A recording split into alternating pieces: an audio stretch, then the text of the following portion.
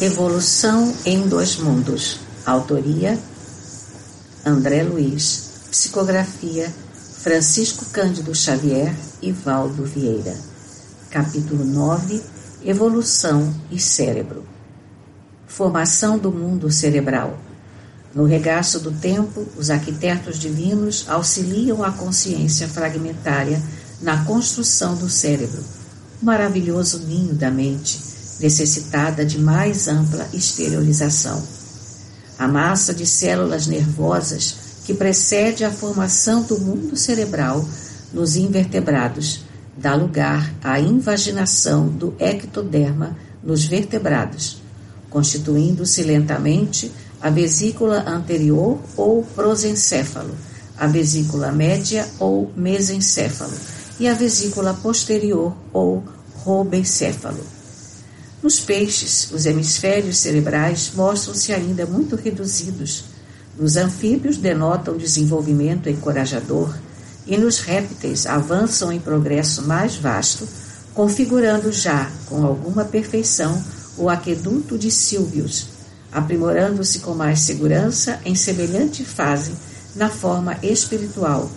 o centro coronário do psicossoma futuro, a refletir-se na glândula pineal, já razoavelmente plasmada em alguns lacertídeos, qual o rincocéfalo da Nova Zelândia, em que a epífise embrionária se prolonga até a região parietal, aí assumindo a feição de um olho com implementos característicos. Zoólogos respeitáveis consideram o mencionado aparelho como sendo um globo ocular abandonado pela natureza. Contudo, é aí que a epífise começa a consolidar-se por fulcro energético de sensações sutis para a tradução e seleção dos estados mentais diversos nos mecanismos da reflexão e do pensamento, da meditação e do discernimento, prenunciando as operações da mediunidade, consciente ou inconsciente, pelas quais espíritos encarnados e desencarnados se consociam uns com os outros, na mesma faixa de vibrações, para as grandes criações da ciência e da religião, da cultura e da arte, na jornada ascensional para Deus, quando não seja nas associações psíquicas de espécie inferior ou de natureza vulgar, em que as almas prisioneiras da provação ou da sombra se retratam reciprocamente. Girencefalia e licencefalia. Prossegue o crescimento dos hemisférios cerebrais nas aves, com significativas porções cerebelares, para encontrarmos nos mamíferos o encéfalo com apreciáveis dotações, apresentando circunvoluções nos girencéfalos e aumento expressivo na área do córtex. Quanto mais se verticaliza a escalada, mais se reduz a percentagem volumétrica do cerebelo, enquanto que os hemisférios cerebrais se dilatam. Contudo, é preciso destacar que esse fenômeno de progressão, fundamentalmente, não se relaciona com a inteligência, e nem esta é, a rigor, proporcional ao número de circunvoluções cerebrais, tanto que mamíferos quais o coelho, o canguru, o ornitorrinco e até mesmo certos primatas possuem cérebro licencéfalo ou sem circunvoluções. A girencefalia e a licencefalia obedecem a tipificações traçadas pelos orientadores maiores no extenso domínio dos vertebrados, preparando o cérebro humano com a estratificação de lentas e múltiplas experiências sobre a vasta classe dos seres vivos. A maneira de crianças tenras, internadas em jardim de infância para aprendizados rudimentares, animais nobres desencarnados a se destacarem dos núcleos de evolução fisiopsíquica em que se agrupam por simbiose, acolhem a intervenção de instrutores celestes em regiões especiais, exercitando os centros nervosos. Fator de fixação. Os neurônios nascem e se renovam milhões de vezes no plano físico e no plano extrafísico, na estruturação de cérebros experimentais com mais vivos e mais amplos ingredientes do corpo espiritual, quando em função nos tecidos físicos, até que se ergam em unidades morfológicas definitivas do sistema nervoso. Demonstrando formação especialíssima, porquanto reproduz mais profundamente a tessitura das células psicossomáticas, o neurônio é toda uma usina microscópica, constituindo-se de um corpo celular com prolongamentos, apresentando o núcleo escassa cromatina e um nucleolo. Acha-se o núcleo cercado de protoplasmia, em que há mitocôndrios, neurofibrilas, aparelho de Golgi, melanina abundante e um pigmento ocre, estreitamente relacionado com o corpo espiritual, de função muito importante na vida do pensamento, aumentando consideravelmente na madureza e na velhice das criaturas, além de uma substância invisível na célula em atividade, a espalhar-se no citoplasma e nos dendritos, facilmente reconhecível por intermédio de corantes básicos, quando a célula se encontra devidamente fixada. Essa substância, a expressar-se nos chamados corpúsculos de Nice, que podem sofrer a cromatólise, representa alimento psíquico, aurindo pelo corpo espiritual no laboratório da vida cósmica, através da respiração, durante o repouso físico, para a restauração das células fatigadas e insubstituíveis. O pigmento ocre, que a ciência humana observa sem maiores definições, é conhecido no mundo espiritual como fator de fixação, como que a encerrar a mente em si mesma, quando esta se distancia do movimento renovador em que a vida se exprime e avança, adensando-se ou rarefazendo-se ele nos círculos humanos, conforme a atitude mental do espírito na quota de tempo em que se lhe perdure a existência carnal. Reflexos tipos. Estabelecidos os centros nervosos em que se entrosam as forças fisiopsicossomáticas, os reflexos tipos são organizados no reino animal, fixando-se o reflexo de flexão, que consta da flexão de um membro atado na superfície por estímulos de variadas origens, o reflexo fásico, que interessa a defesa própria na remoção de estímulos perniciosos, o reflexo miotático, a evidenciar-se na contração de um músculo quando responde à extensão de suas fibras, os reflexos posturais diversos e os múltiplos reflexos segmentares e intersegmentares com os arcos que lhes são característicos, tanto na parte aferente como na eferente, preparando-se o veículo fisiopsicossomático do porvir em suas reações nervosas fundamentais.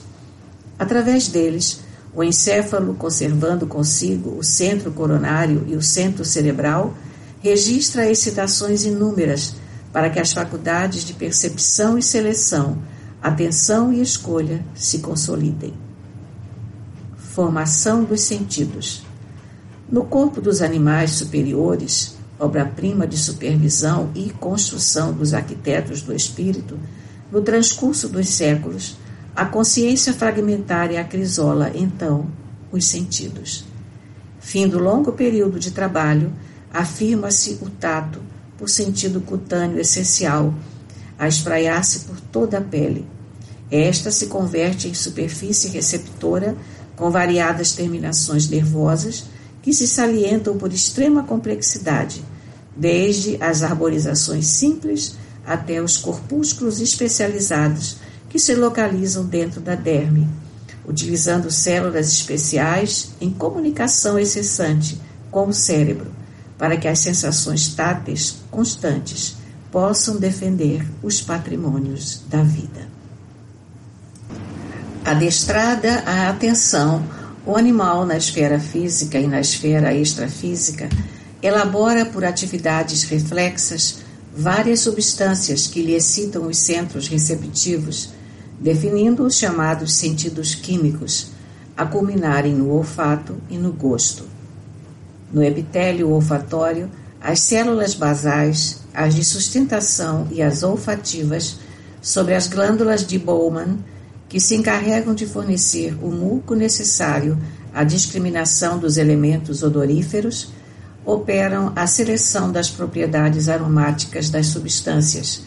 e no dorso da língua, na epiglote, na face posterior da faringe, como no véu do paladar, os corpúsculos gustativos, guardando as células epiteliais de sustentação e as células gustativas, associados às pequenas glândulas salivares, fazem o registro das substâncias destinadas à nutrição. Visão e audição. O sentido da vista, admiravelmente fixado, passa a permitir a constituição das imagens dos objetos na retina, segundo um sistema dióptrico particular, aperfeiçoando-se as células receptoras da luz, cujo impulso nervoso alcança as vias ópticas, transportando as imagens captadas até a profundez do cérebro, onde a mente incorpora as interpretações que lhe são próprias e analisa-as, plasmando observações para o arquivo da memória e da experiência. E a audição, alicerçando-se em órgão complexo, consolida-se no ouvido interno, protegido pelo ouvido externo e pelo ouvido médio, em que o tubo coclear, a dividir-se em 3 compartimentos, vai encontrar as células evoluídas dos órgãos de corte e as fibras nervosas do acústico, encarregadas de transmitir as vibrações sonoras que atingem o ouvido médio, em estímulos nervosos, a saírem através do nervo auditivo na direção da mente, que realiza a seleção dos valores atinentes às sensações de tom, intensidade e timbre, estabelecendo em seu próprio favor vasta rede de reflexos condicionados com expressão decisiva em seu desenvolvimento. Sob a orientação das inteligências sublimes, cada sentido se instala em organização especial,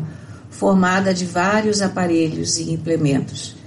Também o cérebro integral se organiza em lobos diversos, com vasta margem de recursos para o futuro, quando a alma, então nascente, em atividade instintiva na construção de seu próprio veículo, se erigirá em consciência desperta com capacidade de utilizar as vantagens potenciais que a divina sabedoria lhe oferta. Microcosmo prodigioso. Com o tempo, a direção espiritual da vida consegue, enfim, organizar com mais eficiência o sistema nervoso autônomo, regulando e coordenando as funções das vísceras. Estruturam-se desse modo primorosamente a inervação visceral, aferente e eferente, e os centros coordenadores, os sistemas simpático e parasimpático, e as fibras pré- e pós-ganglionares de Gangley, com os neurônios a edificarem vias eletromagnéticas de comunicação entre o governo espiritual e as províncias orgânicas.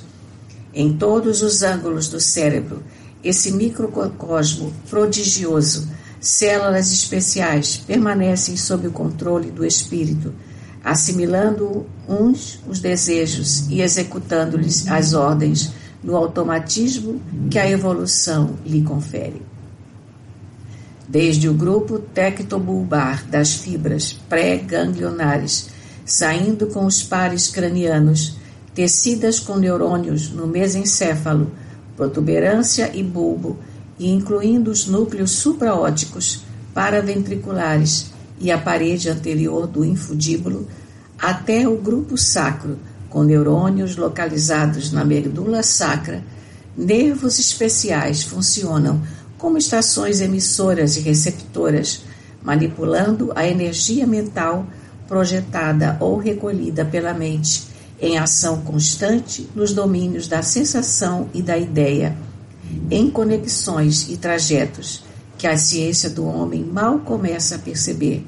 atuando nos demais centros do corpo espiritual e nas zonas fisiológicas que os configuram no veículo somático, através de circuitos reflexos. No diencéfalo, campo essencialmente sensitivo e vegetativo, parte das mais primitivas do sistema nervoso central, o centro coronário por fulcro luminoso entrosa-se com o centro cerebral a exprimir-se no córtex e em todos os mecanismos do mundo cerebral, e dessa junção de forças, o espírito encontra no cérebro o gabinete de comando das energias que o servem, como aparelho de expressão dos seus sentimentos e pensamentos, com os quais, no regime de responsabilidade e de autoescolha, plasmará no espaço e no tempo o seu próprio caminho de ascensão para Deus. Uberaba, 12 de fevereiro de 1958.